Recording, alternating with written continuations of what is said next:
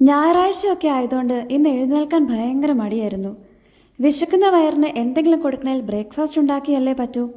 പക്ഷെ ബ്രേക്ക്ഫാസ്റ്റ് ഉണ്ടാക്കാനായിട്ട് തലേദിവസം ഒന്നും സെറ്റാക്കി വെച്ചതുമില്ല. എന്തുണ്ടാക്കുമെന്ന് വെച്ച് നോക്കിയപ്പോഴാണ് കഴിഞ്ഞ ദിവസം വെള്ളത്തിലിട്ട് വെച്ച് ചെറുപയർ മുളച്ചിരിക്കുന്നു. പിന്നെ ഒന്നും നോക്കിയില്ല, ഒരു പ്രോട്ടീൻ റിച്ച് ബ്രേക്ക്ഫാസ്റ്റ് ഉണ്ടാക്കാമെന്ന് കരുതി മുളപ്പിച്ച ചെറുപയറിനെ നല്ലോണം കഴുകിയെടുത്തു. 1 കപ്പ് ചെറുപയറിന് 1/2 കപ്പ് അരിപ്പൊടി എന്ന അളവിൽ ചെറിയുള്ളിയും ഇഞ്ചിയും പച്ചമുളകും ചേർത്ത് ആവശ്യത്തിന് വെള്ളവും ഉപ്പും ചേർത്ത് നല്ലോണം അങ്ങ് അരച്ചെടുത്തു. ഇവിടെ നമ്മൾ അപ്പത്തിൻ്റെ പരുവത്തിലും അതുപോലെ പുട്ടുപൊടിയുടെ പരുവത്തിലും അരി പൊടിപ്പിച്ച് വെച്ചേക്കുവാണേ. അതുകൊണ്ടാണ് ഞാൻ അരിപ്പൊടി ഡയറക്റ്റ് ചേർക്കുന്നത്. ഇവരൊരു 5 മിനിറ്റ് ഇരിക്കുമ്പോഴേക്കും നമുക്കൊരു ഈസി തേങ്ങാ ചമ്മന്തി സെറ്റ് ചെയ്യാവേ. ചിരകി വെച്ചേക്കുന്ന തേങ്ങയിലേക്ക് കുറച്ച് ചുവന്നുള്ളിയും 2 പച്ചമുളകും ലേശം ഇഞ്ചിയും ആവശ്യത്തിന് ഉപ്പും വെള്ളവും ചേർത്ത് അരച്ചെടുക്കാം. നമ്മുടെ കട്ട തേങ്ങാ ചമ്മന്തി റെഡി. മടിയായതുകൊണ്ട് ഞാനിതിൽ കടുക് താളിക്കാനൊന്നും നിന്നില്ല കേട്ടോ.